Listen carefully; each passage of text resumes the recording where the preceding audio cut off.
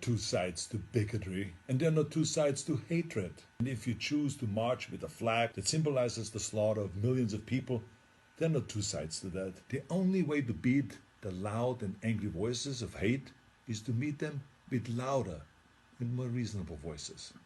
And that includes you, President Trump. In fact, as president of this great country, you have a moral responsibility to send an unequivocal message that you won't stand for hate and racism.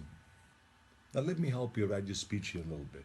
As President of the United States and as a Republican, I reject the support of white supremacists. The country that defeated Hitler's armies is no place for Nazi flags. The party of Lincoln won't stand with those who carry the battle flag of the failed Confederacy. Was that very difficult?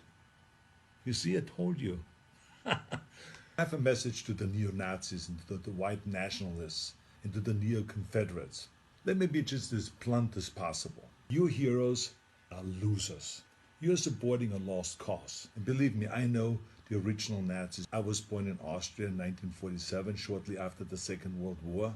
And growing up, I was surrounded by broken men who came home from the war filled with shrapnels and guilt, men who were misled into a losing ideology.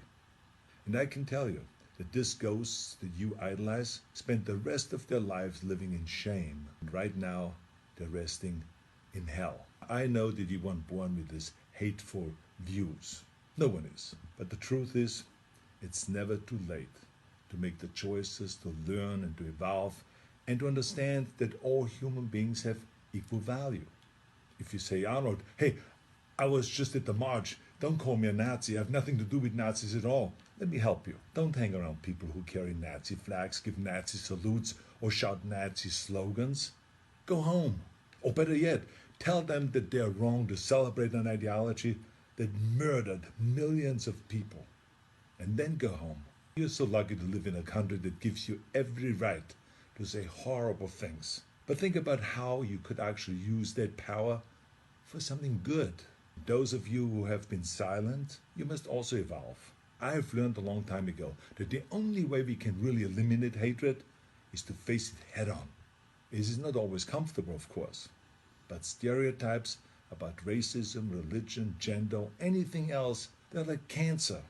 If you had a tumor, you wouldn't quietly hope that it slowly disappears. You would zap the shit out of it with all the chemotherapy and cut it out and try every experimental treatment until it was gone. But this is no different. I mean, this is a difficult time for our country, of course.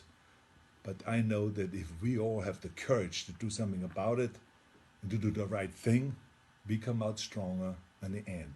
I've already donated some money to the Simon Wiesenthal Center, named after a great Nazi hunter, who I was lucky to call a friend. And I hope that you will join me by supporting your favorite anti-hate organization. Let's all commit right now to leaving the terrible ghosts of the past in the trash heap of history. That's where they belong. Now share this video if you think that hatred has no place in America. Let's terminate hate.